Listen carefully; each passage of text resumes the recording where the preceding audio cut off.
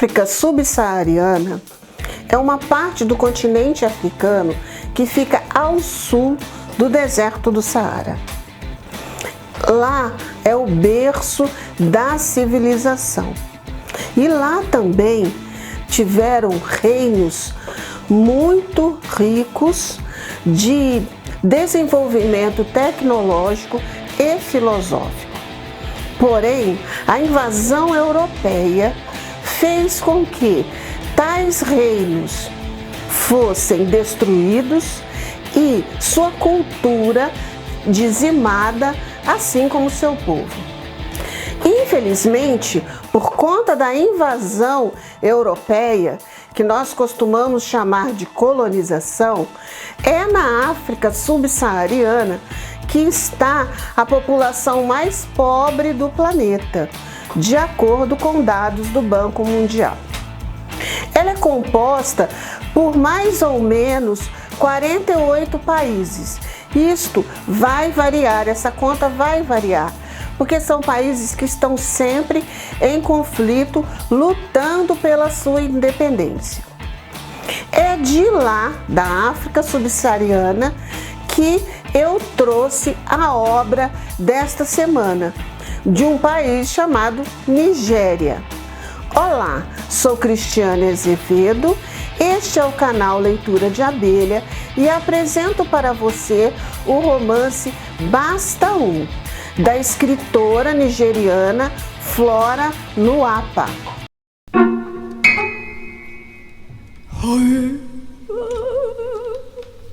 Quando era menina, lá pelos seus 10 anos de idade, Flora Nuapa começou a ficar atenta às histórias que as mulheres contavam para sua mãe em seu ateliê, em sua loja. Sua mãe costurava, negociava tecidos e as mulheres frequentavam aquele comércio. E lá, junto com a mãe de Flora, ela ouvia as histórias dessas mulheres, as queixas dessas mulheres sobre a maternidade, a dificuldade de viver sob o regime da poligamia, traição, dificuldades financeiras. E, inspirada por essas histórias, ela começou a escrever suas histórias, criando personagens que fugiam, que se rebelavam contra este destino, esses estereótipos. Seus romances ficaram conhecidos por suas personagens fortes e independentes. Em 1962, ela envia seu primeiro romance, Efuru, para um escritor nigeriano muito famoso chamado Chinua Achebe. E, inclusive, aqui no canal a gente tem um vídeo, uma resenha sobre o romance de Chinua Achebe. Ele leu o romance de Flora Nuapa e ficou encantado. Estimulou que ela enviasse para a mesma editora que publicava seus livros. Aos 30 anos, ela se torna a primeira mulher da África subsaariana a publicar uma obra em língua inglesa. Em 1976, Nuapa deixa o seu emprego como professora e funda uma editora, onde vai publicar as suas obras e as obras de outros escritores. Ela nunca se declarou feminista, mas tornou-se um símbolo e representante das mulheres que vão além do seu papel de mãe e esposa. Flora Nuapa exerceu cargos ministeriais em seu país após a Guerra de Biafra. Ela inspirou muitas outras escritoras nigerianas, como, por exemplo, Chimamanda Ngozi Adichie. Mas do que se trata o romance Basta Um? Publicado em 1981, na Nigéria e em outros países. Aqui no Brasil, ele foi publicado em 2023. Vai contar a história de Amaka. Amaka, uma jovem mulher que atravessou por vários relacionamentos, namoros que não deram certo. Ela até teve um namorado sério, ela pensou que estava noiva dele e de repente ela tem a notícia que ele está se casando com outra. Depois ela fica noiva 2 vezes e o noivo morre. Então, assim, ela passa por vários relacionamentos que não deram certo. Ela até pensa que ela está marcada para não ter relacionamento nenhum, até que ela conhece Obiara e se casa com ele.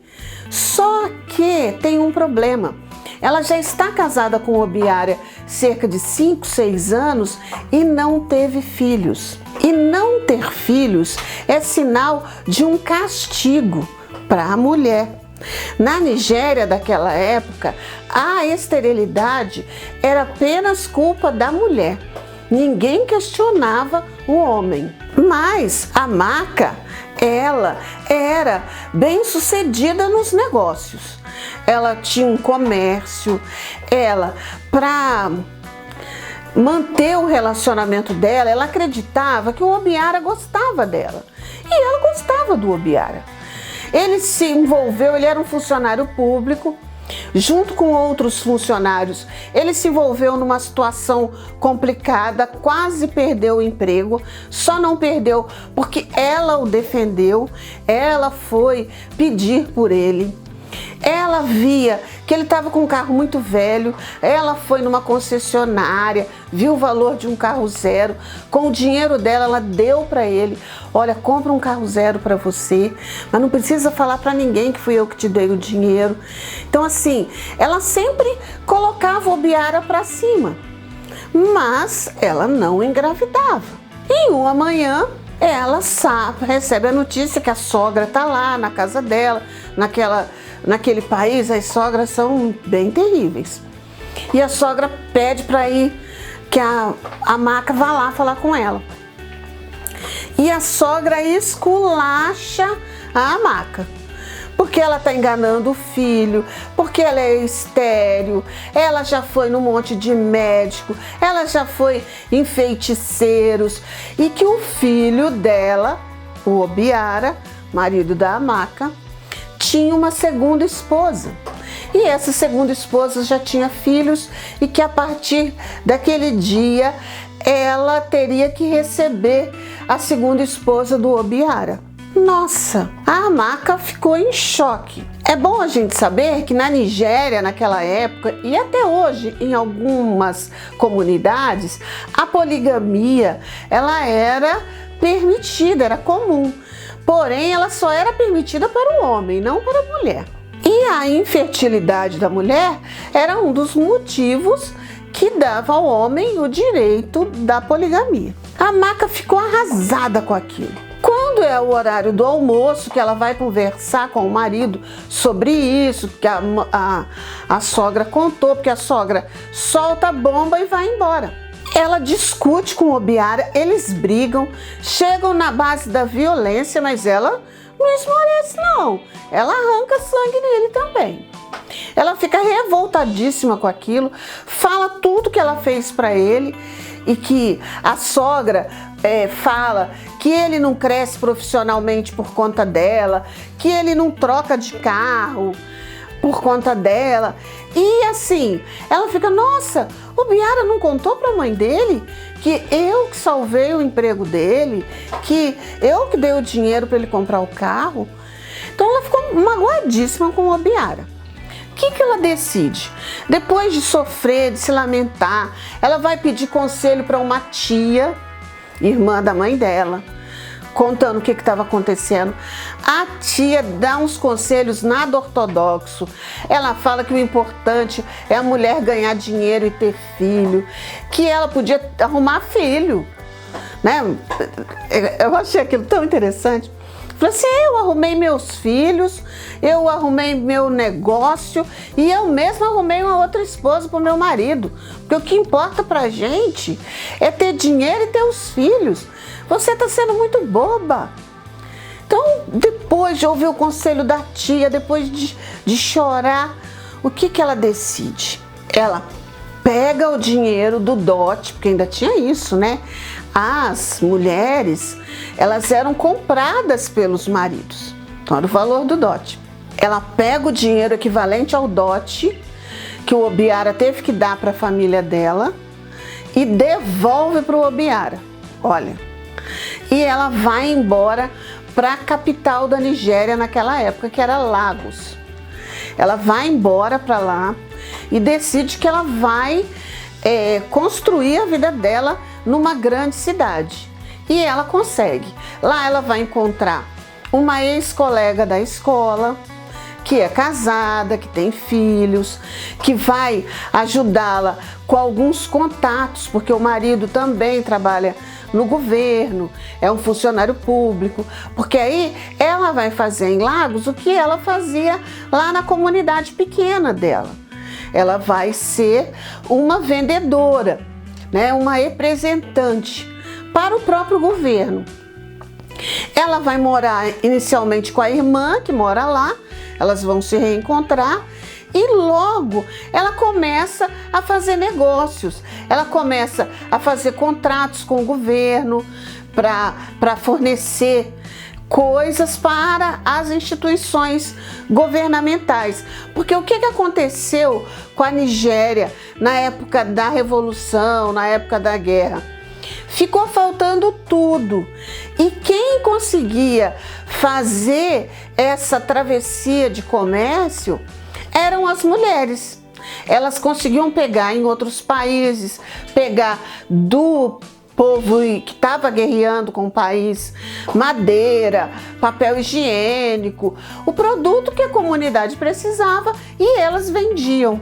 Então as grandes comerciantes, o comércio nigeriano, ele foi organizado mesmo pelas mulheres. E é isso que a Amaka vai fazer lá em Lagos. Então, num jantar na casa da amiga, ela vai conhecer o padre Macleide. A história dele é bem interessante, porque na Nigéria, lá no livro do Chinua Achebe, também aparece isso. O mundo se despedaça. O que acontece na Nigéria? Existia em algumas tribos a ideia de que crianças gêmeas não trazem sorte. Então elas eram abandonadas na mata para morrerem. E a mãe do padre Macleide, o que ela faz? Ela está grávida. Eu acho que ela percebe que vai ter gêmeos e ela vai ter o nenê numa maternidade católica. E realmente ela tem gêmeos, porém ela morre, o irmão do padre Macleide morre e as freiras cuidam dele.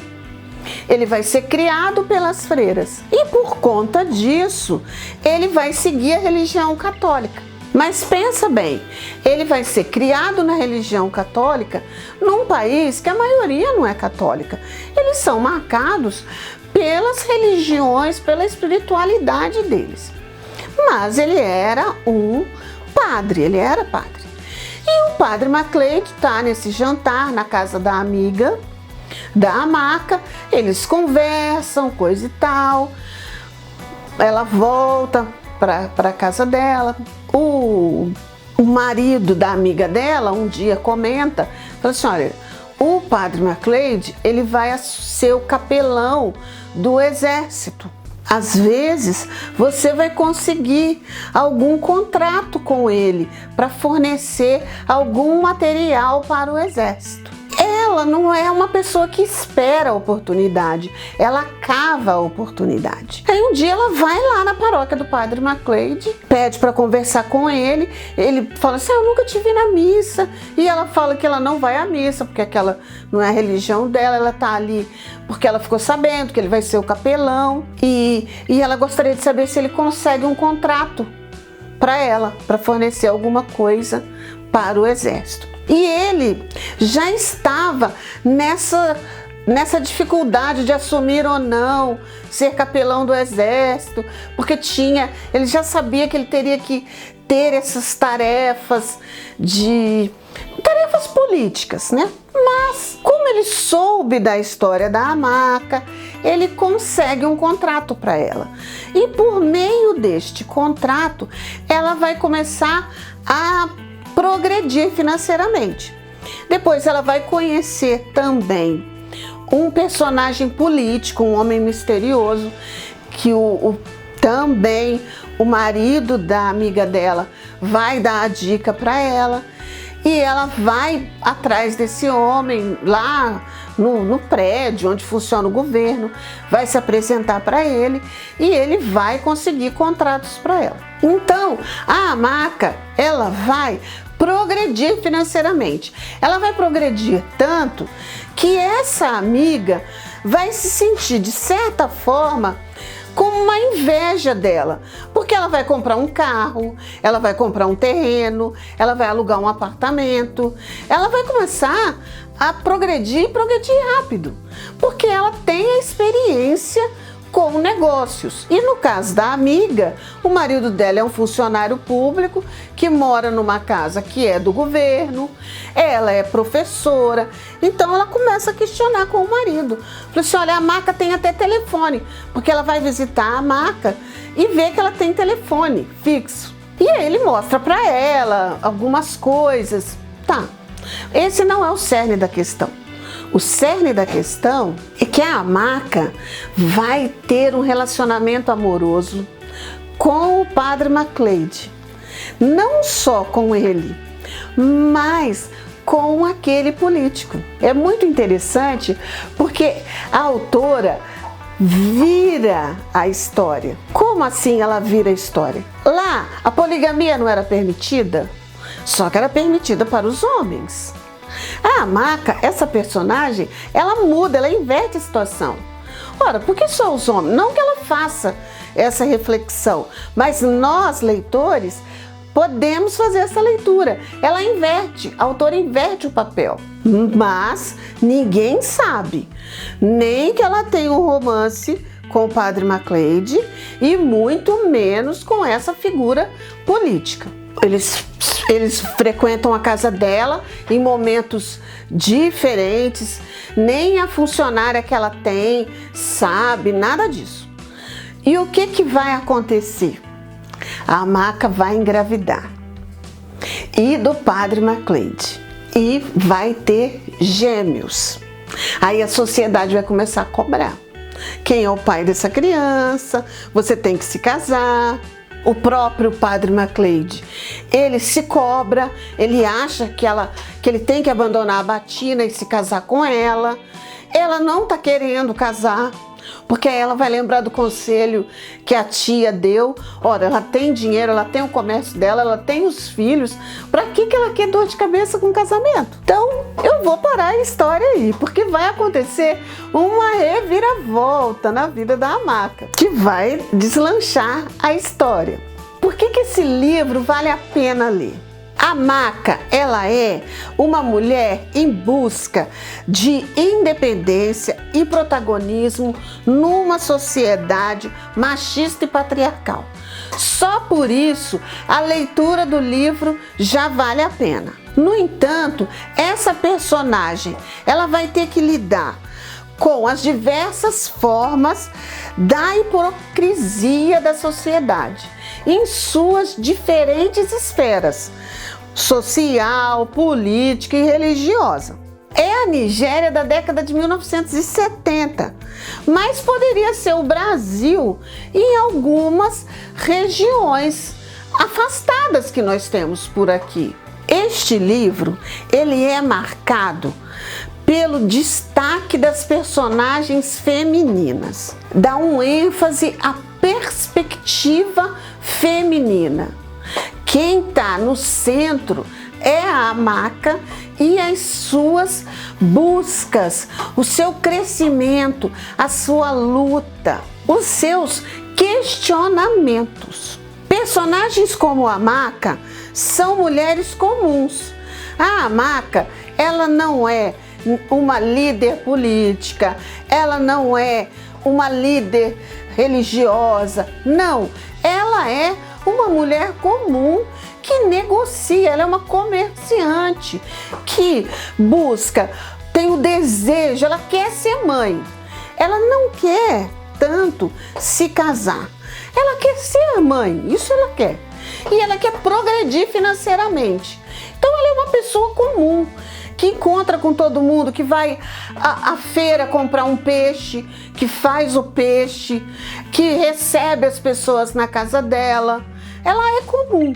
Mas, mesmo sendo uma pessoa comum, ela desafia as regras sociais. Em busca do quê? Em busca da sua própria emancipação. Portanto, a Flora Nuapa nos apresenta uma mulher comum do povo que trabalha, que deseja progredir financeiramente, que quer ter filhos, mas busca a sua emancipação, a sua independência, tanto afetiva, financeira ou as duas. Mas tudo isso com que objetivo? Ela quer a sua autorrealização. Temas como casamento arranjado, submissão ao marido, poligamia, adultério, maternidade, trabalho, educação e pertencimento étnico-cultural estão presentes em todo esse livro. E é muito interessante a gente conhecer uma cultura tão diversa da nossa. Hábitos tão diferentes do nosso, que a gente, ao ler, causa um certo estranhamento e até faz a gente parar para pensar: peraí, por que eu não posso fazer isso também? Flora Nuapa, ela defendia que nós precisamos sempre nos posicionar. E com esse pensamento, eu convido você a conhecer essa obra, Basta Um, e essa autora, Flora Nuapa. Eu aguardo você semana que vem com mais uma resenha aqui no canal. Tchau!